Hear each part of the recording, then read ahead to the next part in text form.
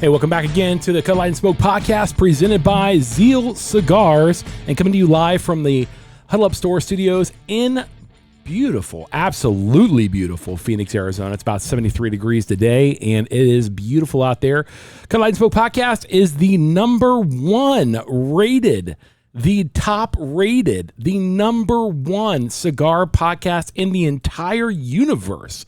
Outside of universes. I mean, anybody can make that boast, right? You can say, I'm the number one this, number one that, and so on and so forth. So we do want to say thank you so much for you guys who've been listening to us for a long time now. We're at about 78,000 downloads, and we really do appreciate everybody out there listening to all the fun stuff that we talk about. So we're talking about today an important topic, and we'll get into that and why it's important, but we're testing out some cigars today too. And typically we use the podcast to test out cigars. People send us test blends and everything else like that. And I'm here with my cohort, JB. JB, say what's up to the people. What's going on? What's going on? Do me a favor. Tell them what this brand is called. I don't even know what it's called. Go ahead and tell what's it called. I don't know. If there wasn't periods behind each letter or after each letter, I would say it was FARD. FARD. But it's PHRD. P period H period R period D period. So this is, I guess, it's a newer company from the Dominican Republic. Is that correct? I have no idea anything about them. They're just from the Dominican is all I can tell you because their webpage is in Spanish. And the only way that I could even find the webpage was by doing some deep digging on Facebook. Wow. And their webpage is a .net.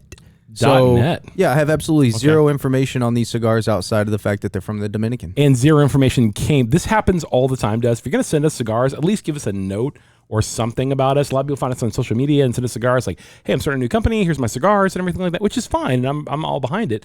But the issue is I need to know something about you and your company or who you even are. So I know those guys reached out to me on Instagram, I believe, and they said, here, I'm going to send you some cigars. Tell me what you think. So we're smoking them right now. And what's your take just immediately? I mean, we don't even know the pricing behind these at all. So, but what's your take immediately? It's just very light and not much going on yet. Not much going on yet, but we'll see. It's early. I just got it lit. Mine, it seems like mine's a Habano or a darker Connecticut. I would say it's probably a Habano. Yeah, just a decent cigar. Nothing big and spectacular about it or anything like that. So but I'm just starting out. You can see that if you're watching the video. If you're not watching the video and you're listening at home, I'm less than a quarter way into the cigar. So, but thank you so much for PHRD actually sending us these cigars to smoke because it's always good to smoke a free cigar, right?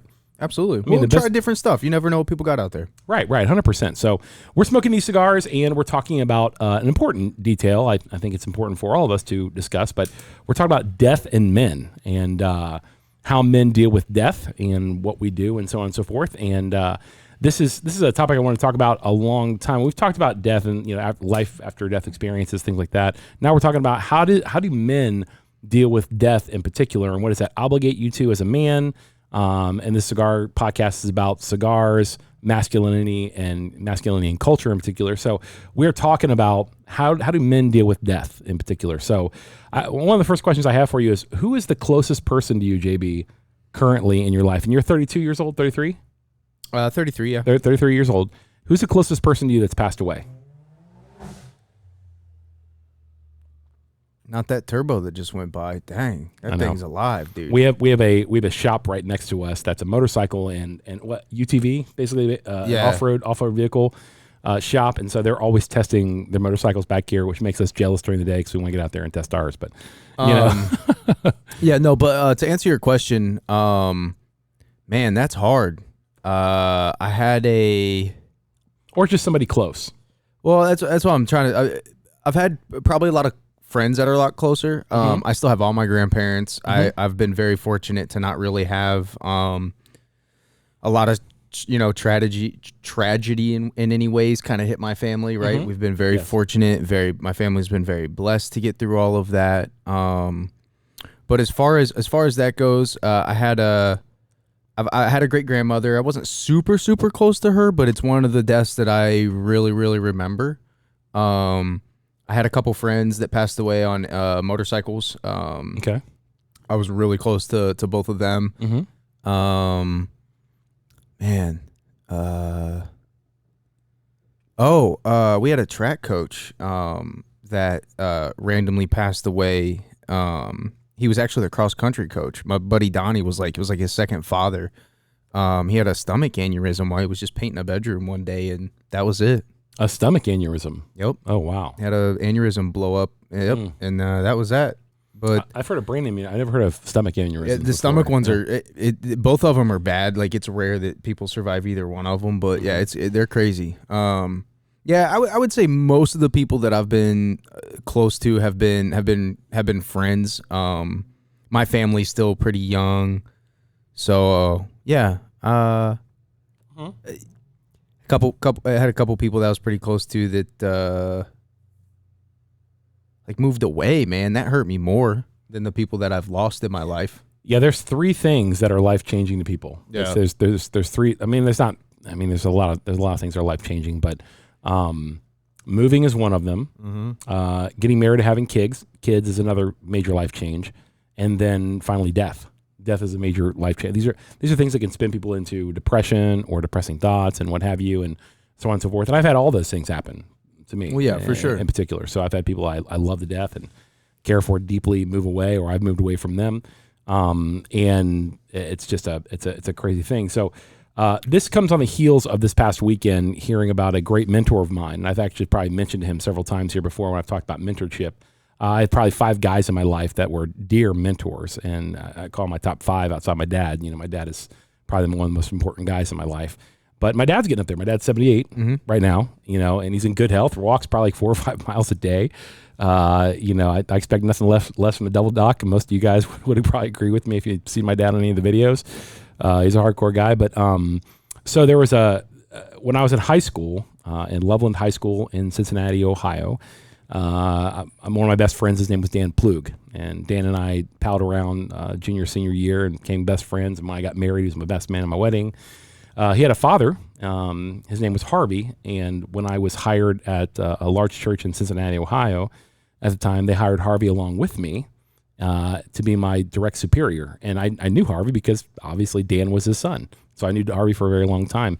And, but I didn't get to know Harvey. I got to know Harvey incredibly well over the next 4 years, and, probably made one of the biggest impacts in my life as far as communication is concerned, as far as speaking is concerned, as far as conflict resolution is concerned, and as far as probably life as a man and when to speak and when not to speak.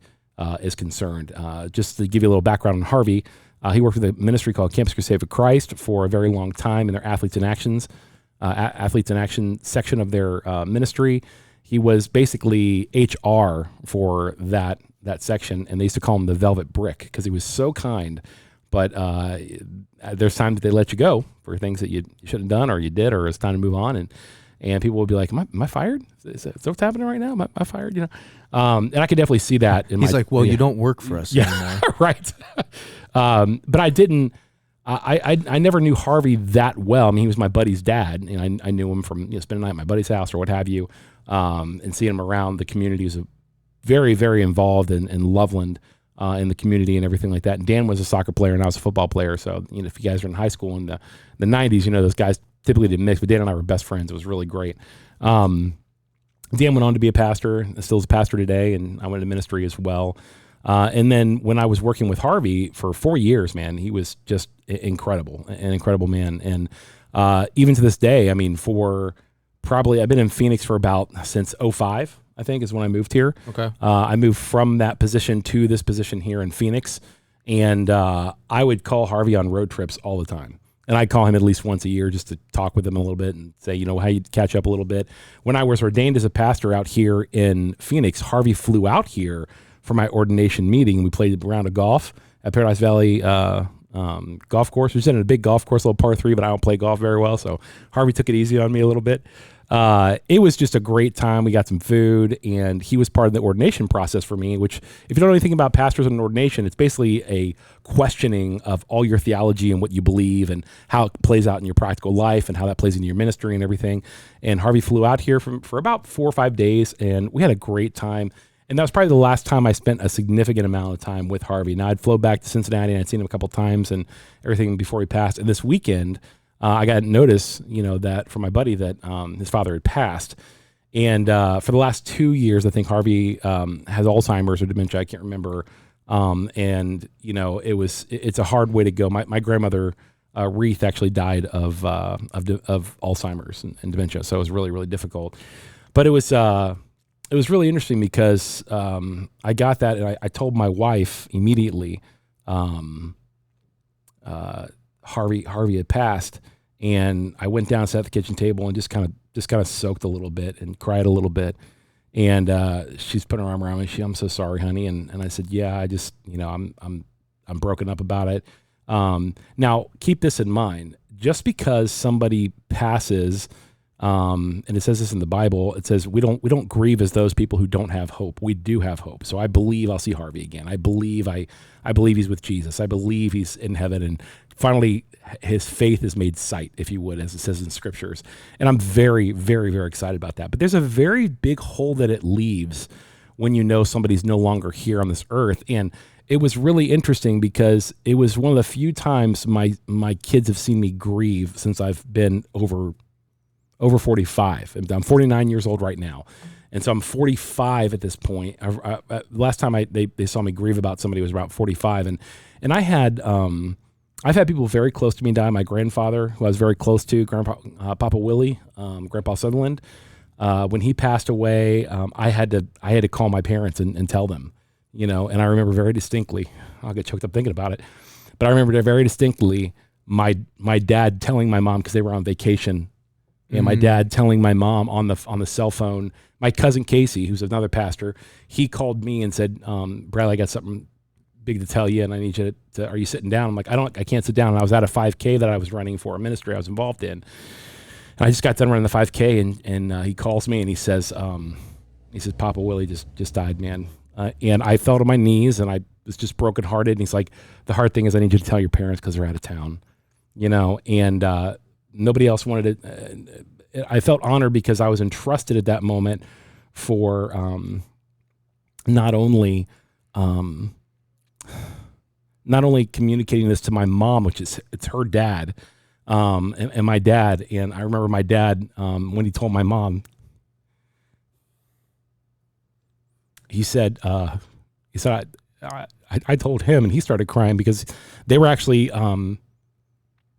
closer to my grandparents than he was to his parents, if you would. So dad starts crying and he tells mom, and mom collapses, and dad's so weird thinking about this again, because he says, I have her, Brad. I have her right now. I got her in my arms. Everything's going to be okay.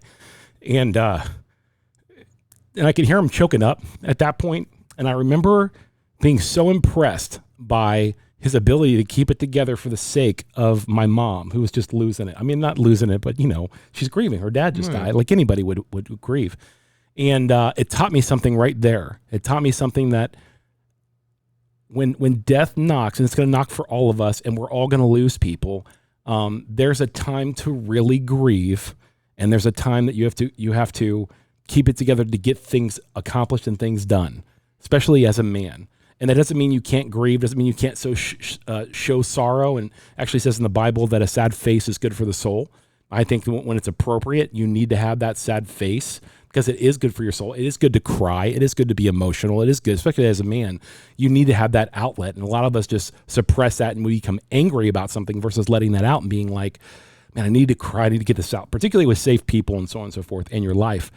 And so my grandfather was one. I had a chance to preach his funeral. I think that was really meaningful. Or speak at his funeral. I can't remember if I preached the whole thing or I did one. I did one of those. I can't remember. My grandma and grandpa both.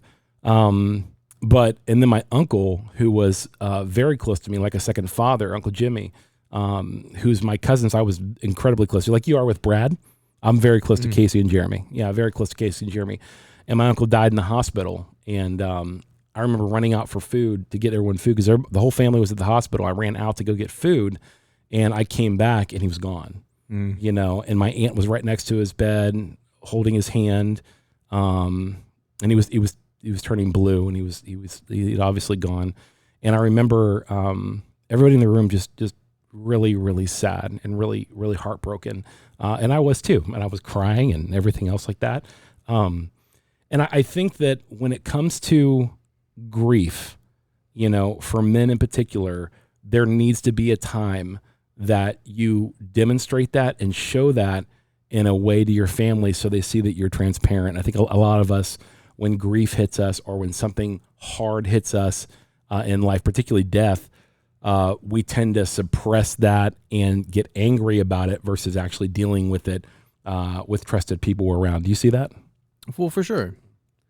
Well, I think it's depending on how often it's something that you have to deal with, it's not something that, I mean, you can sit in a mirror and talk to yourself all day about how you're going to deal with it. You could even do the Nikola Tesla thing, man, and have lucid dreams and run these scenarios through your head day after day after day after day. But your mind is a different thing, man. And there's things and places of it that are going to open up and places that are going to close based off of how that affects you at that time, right? Yeah. And there's like my grandfather right now is 80. And I just got to go back and see him over the, I think it was like when did I go see him? Like maybe the summer, maybe I was there? Yeah, I think you were in the summer, yeah. Like late fall? I don't know. I don't remember. Early fall. But, and he's not doing too well right now. And, right now, if I think about it, it makes me a little bit sad, right? Because that would be one of the first people that like really meant something to me, right? Somebody that was a mentor, somebody I looked up to, somebody that taught me life skills that I'm never going to forget. Like the reason I can work on cars is because of him. Yeah. Oh, yeah. We work on cars a lot together. We do.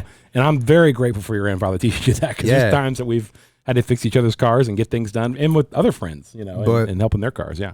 But I can't tell you how I'm going to act at that time. Right. I can tell you right now that I'll be really, really, really, really sad. There'll be times that I'll miss him, right? Because there's times where something might be going on with my car and I give him a buzz, right? Because that's the dude you call, right? That's who you rely on for that. Yeah, your papa, yeah. So, but I don't have the same emotional connection that I have to that grandfather as I do my other grandfather. Okay, yeah. Totally different connection.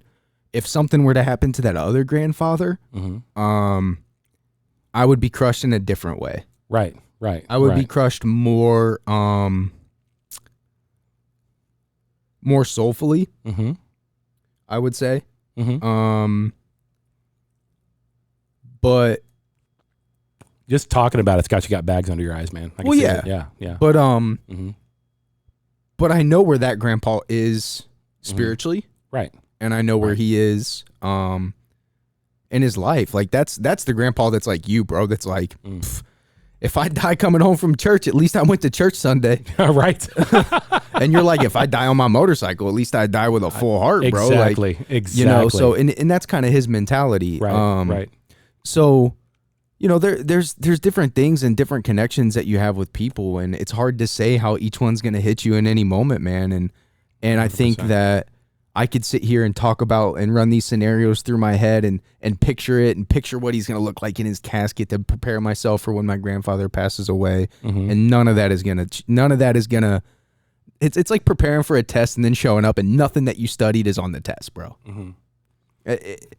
Well, but there are things. Yeah, I was going to tell you. I think there's ways. I derailed myself. I was going to lead you into it, and I just stopped. Well, and this isn't like we don't ever script anything that we do. So these are just. I think there's certain things that you can do as a man to prepare for the inevitable, which is death. And by the way, if anyone's ever looking for a book on suffering and how to suffer well and how to go through that and everything like that, and the wisdom of the Almighty in that, I would definitely read the Bible. There's a particular book in the Bible. It's my favorite book in the Bible. It's the book of Job.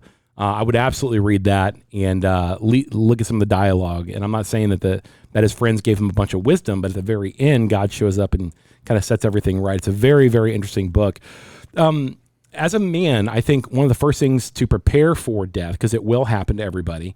10 out of 10 people die. They say that there's two absolutes in life: death and taxes. Yeah, I wonder if you take into consideration Enoch and oh man, who was the other one? Elijah that didn't die. Yeah. If you take them into consideration, what the actual percentage is, it's got to be like zero zero zero zero zero zero zero zero zero. Yeah, 0.0000, 17 zeros to the one, or something like that. Yeah, so most people die. Everyone's going to die. But in that regard, and I'm not making light of this, I'm just saying as a man, I think there's a couple things you can do. Prepare yourself for the inevitable, because particularly at 49 years old, at this point in my life, I'll be 50 next year, this summer in particular, and I'm preparing for my parents' eventual transcending out of this planet, meaning I'm preparing for both my parents to pass away. And so there's preparation you can do for inevitability, which I think is important because everyone dies. But then there's also preparation you can do in your heart for tragedy. And tragedy is something when death comes in an unsuspected or undesirable way. All of a sudden it happens tragically. Something happens, a life is cut short. Somebody's 50 years old, someone's 13, 15, children, anything like that. I think there's ways as a man you can prepare yourself for that, so that you can have a better outcome and minister very well and or care for those people around you. The very first thing that I would do is prepare yourself for that. I would think mentally through how you would react to that, meaning like I get this information, and I think what I'm going to say here in the next few sentences might not be all that shocking to you, but it's necessary for you to understand. First, I think you need to go privately and you need to grieve somewhere privately. Do whatever you need to privately, bawl, scream, yell, whatever you want to do that privately.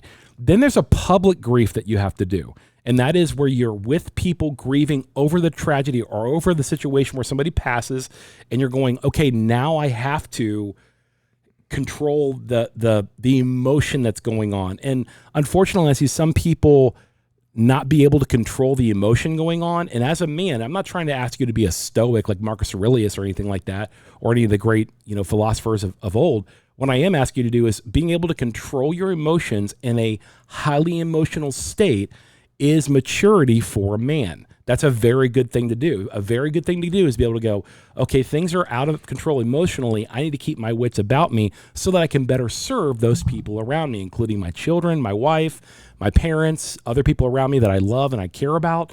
And it doesn't mean that you're, stoic and or disconnected. I think that's important. You're not stoic or disconnected. So that, I think it's privately and then publicly.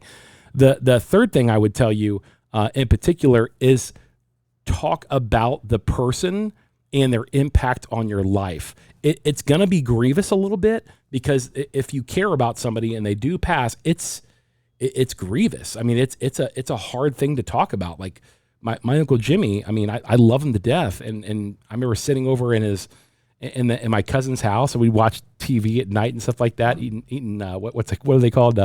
Totino's pizza rolls, things like that. I mean, just having a blast. And Uncle Jimmy would always jack with us, boys, because there's 3 boys and we're all teenagers, and he would always jack with us, and he'd lay on the couch and he couldn't get up because he had a bad hip at one point, and he walked with a cane, and he'd say things like, come over here, and we'd just screw with him a little bit. And I'm like, no, you can't get me, Uncle Jimmy. But if we got too close, man, he'd grab us and pull us in. Those are fun memories to remember about people that made an impact in your life. And that's going to help sustain you in the midst of grief. So remembering the great things. And then I think the fourth thing I would definitely say is make sure you have a good theological outlook on what happens when you die. That the person that you is not necessarily here anymore, and they're not in this bodily form, but they're with the Lord, or they're with the, they've gone on to their reward, in particular if they've had faith in Christ, but that's important to recognize. And there's sometimes when people don't, they have no faith and don't care about anything else like that. And I had dear friends of mine who were atheists and died. I grieve in a different way for that, to be honest. I grieve, and I'm like, man, it seems like a life cut short of somebody who could really know who God is and really know who Jesus Christ is, and their life could be so much more full and exciting and so on and so forth. And at that point, it's not time to cast judgment, because you're not the judge, only God is. And so you're not talking about, heaven and hell and things like that. You're grieving, on how the life was cut short and everything else like that. I think one of the hardest conversations I ever had with somebody about death in particular is I had an old student of mine, and he was a great football player, phenomenal football player, one of the best linebackers I'd ever seen, to be honest with you. And I was a varsity football coach before, so I've seen some great linebackers in my day. He was one of the best. He really was. But his dad left him when he was young, if you would, very, very young, and didn't know him. And then his dad ended up getting cancer, and he ended up reconnecting with his dad. For I can't remember how long. It was a very short period of time before his father finally passed. And when his dad finally passed, he called me, and he was bawling his eyes out. And he just kept thinking to himself, like, why am I so emotionally upset about this? I didn't really even know my dad until the last 4 or 5 months. And I think that's one of the final stages of grief, if you would, is you're grieving what could have been and never was. Yeah, unfinished business. Yeah, you're grieving what could have been and never was. Like you wanted that relationship with your dad. You wanted a really, really good friendship or companionship with your father in particular. And when that didn't happen, one, it serves as an example for us who are dads to love our kids and enjoy ourselves and everything else like that. The second thing it does is allow that person to grieve. I told the young man, I'm like, it's okay to cry, bro. It's okay to get this stuff out. Where I was crying with him on the phone. And I think one of the things that when somebody passes and you're trying to keep it together, that doesn't mean you don't show grief, and it doesn't mean you don't cry. In particular, as a man, I've seen so many guys out there that are like, as a guy, you got to keep it together, and you got to be the strong rock that everybody can lean on. I'm like, bro, who's your rock? Who's yours? And here's the thing: when you're alone by yourself and something grievous happens, you should mourn. That's important for you to mourn. If you don't mourn and let that mourning out, your soul loses just a little bit of itself. Like in all honesty, you shouldn't always keep it together. You really shouldn't. And so even scripturally speaking, I'm not trying to make this into a sermon, but even scripturally speaking, there's people you mourn with, and you mourn with those who mourn. You laugh with those who laugh. Like when someone's mourning, it even says in scripture, it's good to go into the house of mourning, because what that does is it teaches you a little something about the finality of life and the appreciation of it when that happens in particular. So I think that as we're talking about this, and you don't feel alone. Right. Yes. Talk on that a little more. Expand on that. You don't feel alone. Somebody else, you're not the only person that's lost somebody, and you're not the only person that's ever going to lose somebody, and you're not the only person even in your family that lost that person. Right.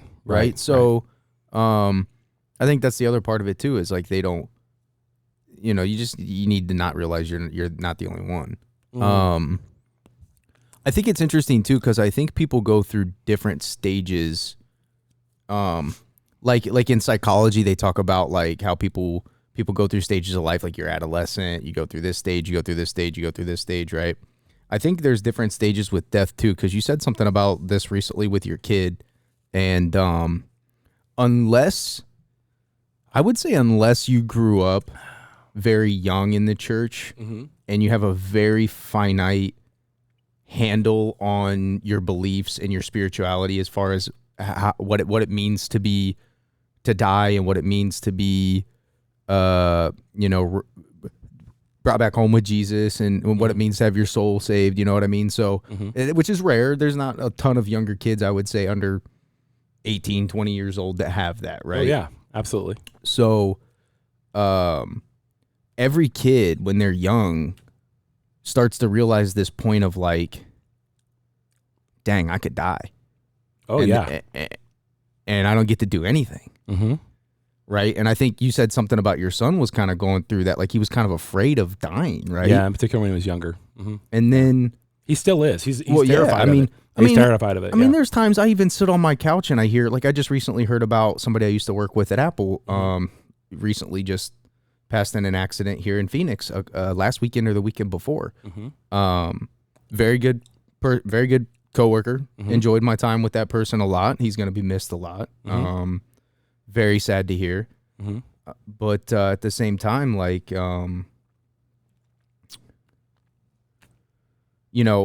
it makes me think about like, dang, what if I went tomorrow? What if I went today? And then you do get kind of like, you get in your feels and you get in your head a little bit about like, especially when you're younger, right? Because you just, depending on what you envision of your life being like and what you want out of your life. I'm very detailed and very specific about what I've wanted out of my life, at least certain things, right? Yeah. If I was like laying on my deathbed and I never had those things, it'd be a hard thing for me to overlook, right? So that's another stage, right? You get that middle ground where you're still kind of maybe a little bit afraid at times, where it kind of sneaks up on you and you get that kind of gut feeling of like, dang, I don't want that to happen right now. And then I think that your final stage is one of two things or three things, depending on how you look at it, right? Mm-hmm. If you become more connected with God and Jesus, and you realize that, you know, you can be saved through Jesus, and that there's a life after death, and you have that hope, and then eventually you get to that old age where you kind of accept death in two ways, right? Mm-hmm. Or three ways, really. You either accept it because you just realize it's going to happen and there's nothing you can do about it. And that's kind of like one of the saddest ones. Right. And then you accept it because you realize you're going home. Mm-hmm.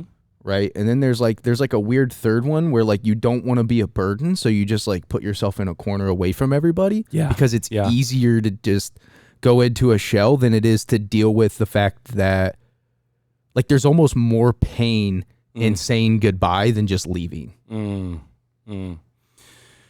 Yeah, I've heard some people have some really interesting visions very close to death, where they're knocking on death's door. Yeah, I think I've told the story before, but I'll tell it really quick about my grandmother Mossy, who was married to my Papa Willie, who passed as well. She ended up passing after him.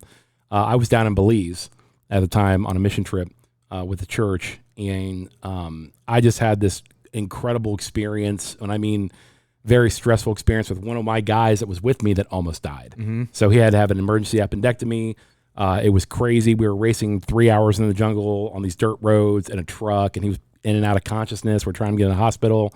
Then after all of that, I get a phone call at the hospital, and it was my wife who called me all the way in Belize from Ohio. And this is back in the 90s, just so everybody understands that. So this is a big deal, you know, to get an international call and so on and so forth. And I talked to my wife. She goes, "How you doing, sweetheart?" And I told her about my buddy Jason and everything like that. Jason, if you're watching this, I'm so glad things are going well now. I'll never forget. She goes, "Are you sitting down?" I'm like, "Just tell me the kids are okay, man. Just tell me the kids are okay." She's like, "The kids are fine and your parents are fine." And I was like, I could breathe. She goes, "But Grandma Mossy just passed." And it was interesting because when my grandma passed, my sister was there. Sister Carrie was there in particular, and all the family was surrounding Grandma literally on her deathbed. She was on her bed and she was getting ready to pass on to the next life. And Carrie whispered to Grandma that Bradley's not here right now, Grandma, but he's praying for you, and it's okay to go and what have you. And Grandma, she had told me that Grandma said to her, "That's okay, because Bradley is where he's supposed to be right now. And if I wasn't there, Jason probably would have died." Yeah, he wouldn't have had that surgery. Right. So that leads me into the idea that, you know, when people are passing over from this plane to the next, there's sometimes we've seen many different people have tremendous amounts of experience where, I mean, we have this documented where people can actually, they seem like they see the other side. They see maybe even family members, things like that are really interesting. I mean, that's very, very interesting. And at that point, there's no reason to lie to people when you're on death's door. I mean, the last thing you want to do before you see God is lie. And so, I mean, Steve Jobs in particular was known to say, "Oh, wow. Oh, wow. Oh, wow." And then he's gone. You know, there's a lot of people, you know, and so my grandma saying that about, you know, Bradley is where he needed to be. I tracked the time that she said that to the time that I was there, and it's exactly where Jason had the appendectomy. So exactly the same time, which is kind of cool. And I think when you're transitioning from this life to the next, there's an incredible, you know, almost surrealness that happens that can be a beautiful thing for the people who are passing on, particularly if they're very secure and why, and so on and so forth. Yeah, a lot of times in life you'll see some kind of death, but then you'll see some sort of life also very closely related to it, or even directly after it at the same time as it. This is one of my coolest stories, or not my coolest stories. This is one of my favorite stories that I think is really cool. There's a rap artist I follow. His name's Royce the 5'9", and I've heard of him. He's got an album called The Allegory. And there's a song on there, oh man, and I wish I could remember the name of the track, but he's telling a story about when his grandmother died, and his kid was born the same day in the same hospital, and he didn't even know his grandma was in an accident in there. Oh wow! And he's on a different floor getting on an elevator, and the way he tells the story through the song is beautiful. Is why he's one of my favorite artists. But he goes through and he's like, you know, I'm on the elevator and my uncle gets on and my uncle's like, yo, are you going up to see Granny? And he's like, what do you mean, Granny? And he's like, yo, Granny's here. And that same night, before he went to the hospital because his baby was being born, he met Marshall. He met Eminem. Oh, wow. And who he later became signed to. Oh, wow. So, like, amazing. Yes, like he was doing a show. He was supposed to be doing a show. He goes on stage. His son's being born. He does the show. He gets off, meets Marshall, makes it to the hospital before his son's born. And while he's going in the elevator to go to where the floor his son's on, gets on an elevator with a family member who says, dude, Granny's on this other floor. Wow. And he just goes through this storytelling about like, yo, I'm on one floor glad that my son's being born, but at the same time, my granny's on the other floor dying. It's beautiful in a lot of ways. And I think that's one of the best ways to look at death is it's a transition. And I know a lot of people are afraid. I mean, death's one of the number one things people are afraid of, because I think if I want to go theologically into this, I'll say this, that we were never meant to die. When God created man, he created us to live eternally with him. And because sin entered the world, we die because of that. This earthly body dies, but our soul doesn't. Our soul spends eternity with God or eternity separated from God. So I think we know that intrinsically, and that's why our souls are afraid of death. It was never meant for us. And so when that happens, and when you start to really realize this is a tragic part of life, and this is a real part of life that you have to get ready for, there needs to be a maturity about that journey to understand death and understand how to deal with death that is necessary for you to impact, serve, and love the people around you very, very well, as a man in particular, so that upon your death, because we're all going to die. I'm going to die. JB's going to die. You listening or watching to this, one day you're going to die. And so it's important to recognize that when you do die, and this is one of the best things I could ever imagine, even with the passing of my dear mentor Harvey. I know how he'd want me to react. I know exactly how he'd want me to react. He trained me how to, as a pastor in particular, and as a man. He trained me how to deal with death, and we had to deal with it in church a lot. I mean, I've done more funerals than I can tell you, so, but in all honesty, I will say that how you deal with death as a man can impact greatly those people around you, and to be emotionally available, emotionally mature, and strategic about your grief as a man can really go a long way in serving the people around you. I think that's very important. I am not one of these guys that say you need to keep it all together and not show any emotion whatsoever. I think that's foolishness. And I think it's immaturity to do that. I think it's necessary as a man, as a mature man in particular, to show emotion when things like that happen, appropriate degrees, particularly for the sake of, serving those people around you. You know what's interesting? This just hit me. We did an episode on like what it means to be like a man here in the US, like what does it mean to transition from like boyhood to manhood? Yeah. And a lot of other cultures have something, right? Like you got the bar mitzvahs. I mean, even you got quinceañeras for girls becoming women, right? Like, yeah. But like there's man, I kind of forgot where I was going with that for a second. Man. You're saying that there's with there's death. Transitions. Yeah. There's but there's nothing that like really does that with death either. Mm-hmm. That's why I think it's important for men to train other men how to deal with this. I really do. I think, particularly as a dad, my son. I mean, I think I'm dealing with men. I'm not dealing with women. But when I'm talking to my son and I'm talking to other guys around me, particularly when things happen, and that's important that you understand how to control your emotion and everything. And I'm not saying not be emotional or anything like that, but how to control it in a way that is strategic so you can serve people around you, because that also makes you dependable as a man. Okay, you're the guy that's not losing it. Okay, you can still have your wits about you and do things when you need to. For example, when friends of mine, dads die or something like that, I'm one of the first people they call. Hey, I want to talk to you, and so on and so forth. What are your thoughts on, how I deal with this? And have you planned a funeral? I've planned multiple funerals before. have you planned a funeral? What do you do in these things, and so on and so forth. And that's just stuff that you have to do.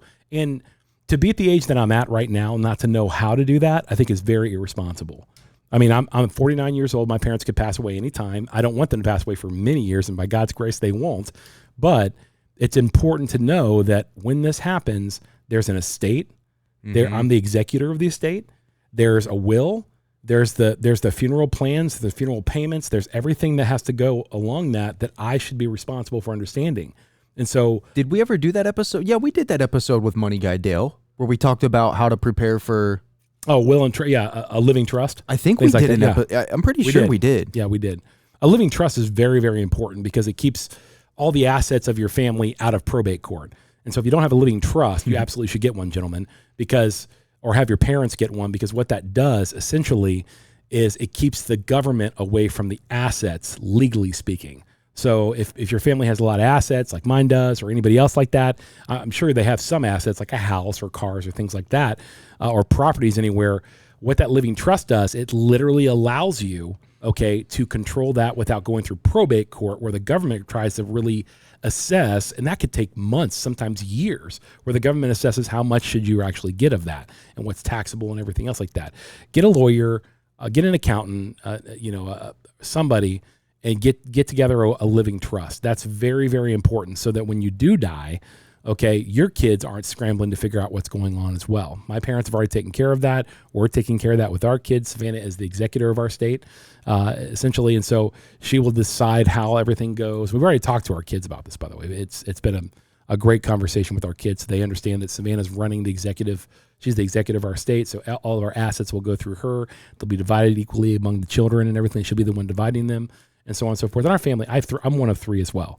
So my family, I basically do the same thing, so, and it usually starts with the older child. You usually have the older child as the executive, if they're somewhat responsible and what have you. And Savannah's super responsible. I don't know why my parents put me as the executor, but in that regard, I think it's very important to be prepared for death in that regard, and don't be afraid of your emotions as you go into it, gentlemen. That's important. So let's, on a lighter note, if you would, to lighten up the podcast a little bit, what do you think about your cigar? It wasn't bad. It had some really good hints of really good cigar. It had some really Cuban-esque notes through the middle. Okay. Little earthy, little grassy, some sweetness. Kind of falls off a little bit towards the end of the second third, going into the final third. Mm-hmm. And then this final third right now has kind of it's kind of gotten to like a little bit more of some earthy leather, but there's still some creaminess. It's a solid smoke, man. If it's over, golly, if it's over $8, I'd have a hard time spending that. But it's quality, I'd say. It's not bad. This cigar is a quality cigar. It's got a quality wrapper on it. It looks like it's a Habano. It also looks as if it's more of a smooth and creamy cigar, more smooth and creamy Habano. Okay. A little bit of bite on the back end as far as the nasal cavity through the retrohale. Not a lot of change up and not a lot of flavor necessarily. I don't have a whole lot of flavor. That's what happened with this one. It just hit pockets of I was sitting out there talking to one of the guys, and he was like, how's it taste? And I was like, it's kind of Cuban-esque a little bit, where you get that kind of boring cardboard. Not much coming from it. Right. This isn't, but it's not off-putting. I'll say this isn't a bad cigar. I'd say it's an okay cigar. I'd rate it in the 80s. I wouldn't rate it in the 90s at all. It's one of the better random manufactured cigars that we've gotten in a while. 100%, dude. We've gotten some dog rockets. I mean, awful cigars. We really have, and it's unfortunate because people are sending us terrible cigars, but. Once in a while, we get a decent cigar. And I'd say this is a decent cigar. If this is anywhere between $6 to $8, I think it's a solid brand. Yeah, $6 to $8, but I would not put it over $9 at all. Well, if it's over $9, then you're. I mean, you got the Don Carlos at $13, dude. You really want to fight Fuentes Don Carlos with this? No, not at all. This doesn't have a chance against Don Carlos. Come on, dude. Well, if they're both Dominican, Don Carlos, Fuente they own a majority of the Dominican tobacco.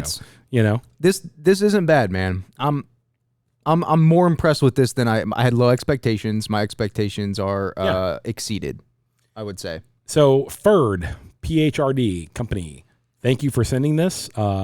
Good. I would say keep blending and make it a little more interesting, to be honest with you. Send more information. I know nothing about this blend. I know nothing about the cost. I don't even know how I could get one if I wanted to get one. Right. We'd like to hear some of your thoughts on this. So PHRD, thank you so much for sending these out. And for the Cut Light and Smoke podcast, we hope you guys enjoyed this. If you did, please drop a comment below and we'll meet you in the comment section. So for the Cut Light and Smoke podcast, I've been Bradley. He's been JB.